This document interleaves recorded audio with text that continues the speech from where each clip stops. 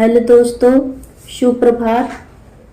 इस वीडियो में हम जयशंकर प्रसाद जी के काव्य की विशेषताएं बता रहे हैं।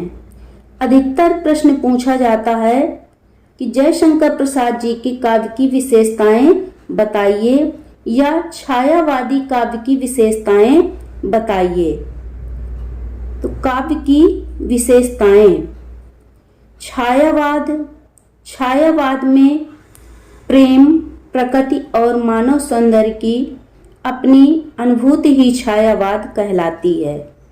छायावाद प्रकृति के बीच का एक मनमोहक चित्र है जिसको छायावादी कवियों ने सुंदर ढंग से सजाया है। जयशंकर प्रसाद जी के काव्य की विशेषताओं में प्रकृति के मानवीय चेतना, नारी गरिमा का गान और वेदना पाई जाती है। प्रकृति में मानवीय चेतना, जयशंकर प्रसाद जी को प्रकृति से असीम प्रेम है। प्रकृति के मनोहर रूप में प्रभात यानी सवेरा का एक सुंदर उदाहरण देखने को मिलता है। अब जागो जीवन के प्रभात, वसुधा पर ओस बने बिखरे, ऊषा बटोरती मधुर गाते, अब जागो जीवन के प्रभात। जयशंकर प्रसाद जी ने इन पंक्तियों के माध्यम से मानव को जीवन जीने का ढंग बताया है।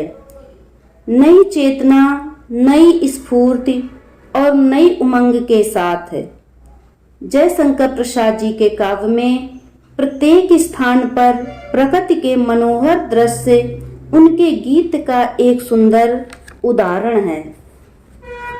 बीती विभावरी जागरी, अंबर पन घट में डूबो रही, तारा घट ऊषा ना गिरी। बीती विभावरी जागरी, इस गीत के माध्यम से जयशंकर प्रसाद जी ने मानव को जगाया है कि अब तो रात्रि का सारा अंधेरा समाप्त हो गया है और आकाश में उषा रूपी किरणों ने अपना डेरा डाल दिया है। प्रभात हो चुका है, इसलिए हे मानव अब तुम जाग जाओ।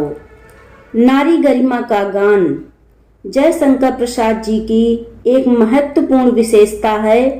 नारी भोग विलास के रूप न देखकर वरन नारी के आंतरिक सुंदरता के रूप देखने को मिलते हैं।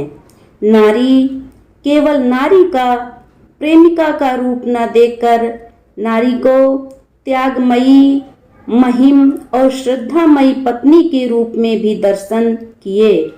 नारी को श्रद्धामयी देवी के रूप में देखिए, जिसका एक उदाहरण, नारी तुम केवल श्रद्धा हो, विश्वास रजत नग पग तल में, पीयूष स्रोत सी बहा करो जीवन के सुंदर समतल में। प्रसाद जी ने नारी को पूरे विश्वास के साथ कहा है। नारी श्रद्धामयी है, जिसे इस संसार में चांदी की तरह उज्जवल धारा से अमृत की धारा सिंचित करते रहना चाहिए। प्रसाद जी ने नारी का स्नेह, प्रेम और गौरव बढ़ाया है। वेदना ही छायावादी काव्य की विशेषता है।